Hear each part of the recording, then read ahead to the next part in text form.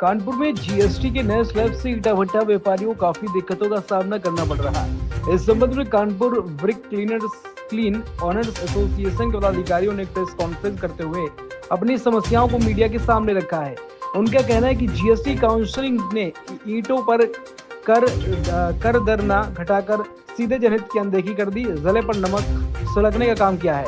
दरअसल सरकार ने ईटा भट्टा व्यापारियों की पीड़ा को अनदेखा किया है, जिसमें कर दर 6% से 12% है, जिसका भी ये सभी ईटा के भट्टा पुरजोर व्यापारी जो है विरोध करते हैं।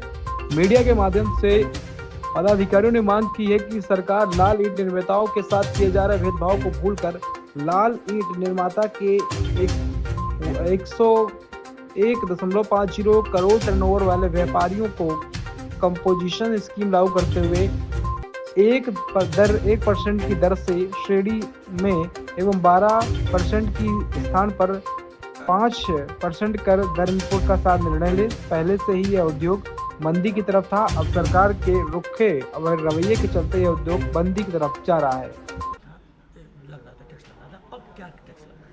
जीएसटी जब 2017 में लागू था, उस समय 1% का रेट कंपोजिशन स्कीम में था। इनपुट लेने वाले व्यापारियों के लिए 5% था। फिर सरकार ने 1 अप्रैल 22 से नया स्लैब ले आए, 1% के स्थान पे 6% कंपोजिशन स्कीम के साथ और 5% वालों को 12% की स्कीम में ले आए। लगातार तब से व्यापारी मांग कर रहा था, ये टैक्स रेट आपने गलत लगा दिया, इसको वापस लिया जाए।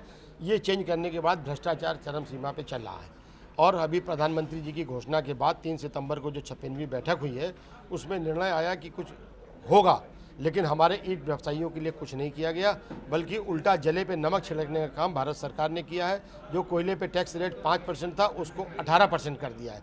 मेरी सरकार से मांग है, जिस प्रकार से सभी उद्योग 1.5 करोड़ के टर्नओवर तक 1% का टैक्स आप ले रहे हो, उसी तरह ईंट निर्माण में भी 1% का टैक्स 1.5 करोड़ के टर्नओवर तक होना चाहिए और इनपुट लेने वाले व्यापारियों के लिए 5% का स्लैब जो 2017 में था, वही पूर्व की भांति होना चाहिए। जब यह टैक्स आया था, 1 नेशन 1 टैक्स की बात थी। तो इस प्रकार का भेदभाव ईंट निर्माताओं के साथ क्यों किया जा रहा है, जबकि पेपरों के माध्यम से आपको मालूम पड़ रहा है कि ओवरऑल सरकार को अपेक्षित राजस्व से ज़्यादा राजस्व हमेशा मिलता आ रहा है।